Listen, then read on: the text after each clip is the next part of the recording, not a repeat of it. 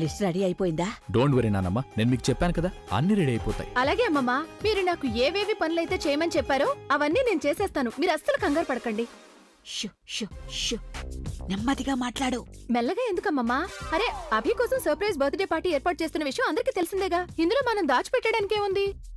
అక్క, తనని ఎక్కడ పట్టుకొని తీసుకొచ్చారు?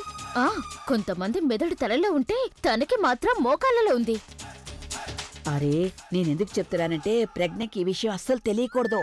కానీ అమ్మమ్మ, ప్రజ్ఞకేం టెన్షన్ ఉంది? ఇదేమి ప్రజ్ఞ బర్త్డే కాదు కదా, ఇదైతే అభి బర్త్డే. దేవుడా, ఇలారా, ఒకవేళ ప్రజ్ఞకి తెలిసిపోతే తను అభికి చెప్పేస్తుంది కదా.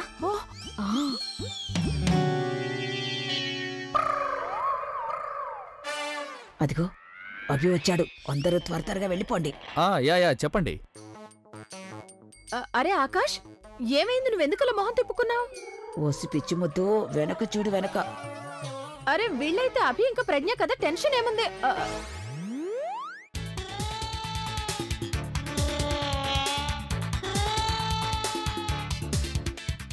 సారీ అమ్మమ్మా. నీ సారీ నువ్వు. నానమ్మా. ఏంటి బాబు? నానమ్మ, నా భోజనం పైకి పంపించండి, కింద తినాలని లేదు నాకు. అలాగే బాబు, నువ్వెళ్ళు, రెస్ట్ తీసుకో, పడుకో. నేను నీ భోజనం పైకి పంపిస్తాను. ఆశ్చర్యంగా ఉంది, ఇంత ఈజీగా ఒప్పేసుకుంది. వద్దని అస్సలు చెప్పలేదు. ఇంకా నిలబడే ఉన్నావు? వెళ్ళు వెళ్ళు బాబు. వెళ్తున్నాను.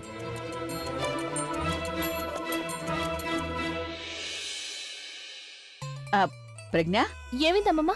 ఆగాగు, అక్కడే నిలబడి విను. రావాల్సిన అవసరం లేదు. ఇవాళ నీ భోజనం కూడా పైకే పంపించేస్తాను. నువ్వు కూడా వెళ్ళు. అభితో పాటే నువ్వు భోంచే. పైన వెళ్ళు, అలసిపోయావు కదా, వెళ్ళి నిద్రపో. అరే వెళ్ళమ్మా. అలాగే.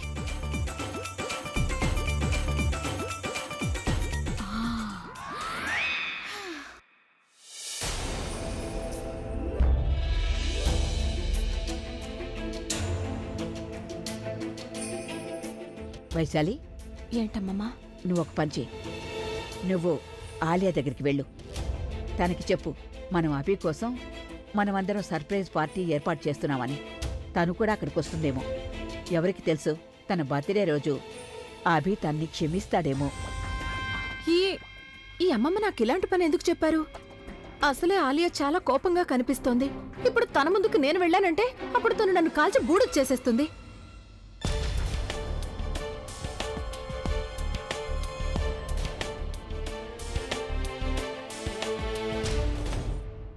వైశాలి, నువ్వు పొరపాటు పడ్డావు. తను మామూలు కోపంగా లేదు.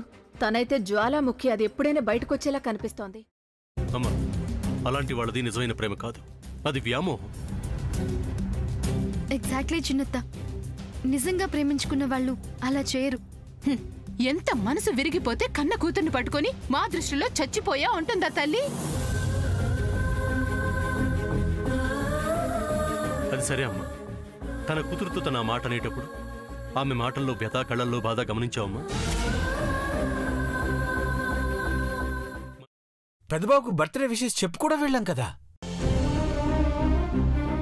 ఊరికే ఎలా కాలిపోతుంది? మంట పెడితేనో పడితేనో తగలబడుతుంది.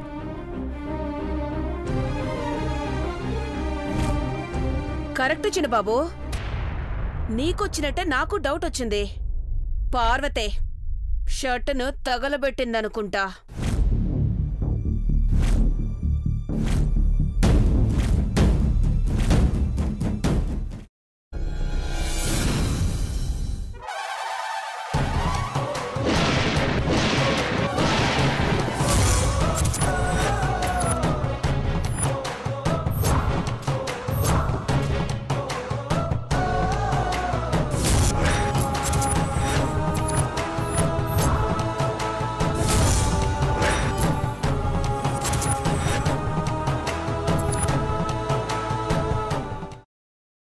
తర్వాత పొట్టు తీసేసి చాప్ చేసి పక్కన పెట్టుకోవాలి.